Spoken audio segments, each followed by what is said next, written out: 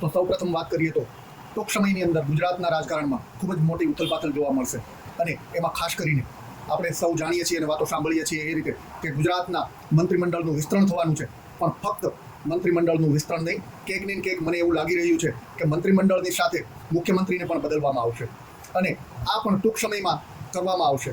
ત્યાર પછીની વાત કરીએ તો આ રાજકીય આગાહીઓ નહીં પણ રાજકીય વિશ્લેષણ છે, એટલે આ મારો વિડીયો ખૂબ સાવધાનીથી સાંભળજો અને હું તમને એક વસ્તુ એટલે સુધીની કહીશ કે 27 સુધી મારો આ વિડીયો સાચવીને રાખજો, કારણ કે હવે હું જે વાત કરવા જઈ રહ્યો છું એ ખૂબ મહત્વની છે.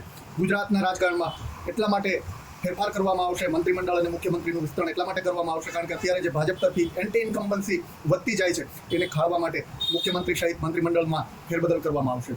ત્યાર પછીની વાત કરીએ તો હમણાં ટૂંક સમયમાં ડિસેમ્બરથી લઈ ફેબ્રુઆરી સુધીમાં સ્થાનિક સ્વરાજની ચૂંટણીઓ આવશે, જેમાં તાલુકા પંચાયત, જિલ્લા પંચાયત અને મહાનગરપાલિકાઓની ચૂંટણીઓ પણ યોજાવાની છે.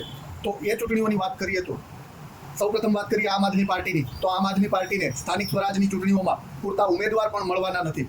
હું તમને અત્યારે ચેલેન્જ સાથે કહું છું કે આમ આદમી પાર્ટીને પૂરતા ઉમેદવારો મળવાના નથી. અને ત્યાર પછી કોંગ્રેસની વાત કરીએ તો સ્થાનિક સ્વરાજની ચૂંટણીઓમાં કોંગ્રેસ મજબૂત થશે. આ એક પોલિટિકલ ભાગરૂપે આ એક આખી સિસ્ટમ એવી છે કે જેમાં તમે સામાન્ય લોકો જે વિચારતા હોય એના કરતાં બહુ ઊંડાણપૂર્વકનું રાજકારણ હોય છે. સ્થાનિક સ્વરાજની ચૂંટણીઓમાં આમ આદમી પાર્ટીને પૂરતા ઉમેદવારો નહીં મળે અને આમ આદમી પાર્ટીને માની લો કે એક એક્ઝામ્પલ તરીકે હું કહું કે આખા ગુજરાતમાંથી 50 સીટો જો જીતશે તો એની સામે કોંગ્રેસ 200 થી 250 સીટો જીતશે.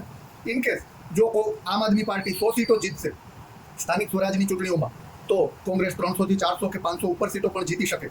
આવું એક રાજકીય વિશ્લેષણ છે અને બાકી તમામ સીટો ઉપર ભાજપ જીતશે આવું એક ધારણા છે. એટલે ટૂંકી ભાષામાં કહીએ તો આમ આદમી પાર્ટી કરતાં કોંગ્રેસ 3 થી 4 ગણી સીટો વધારે જીતશે.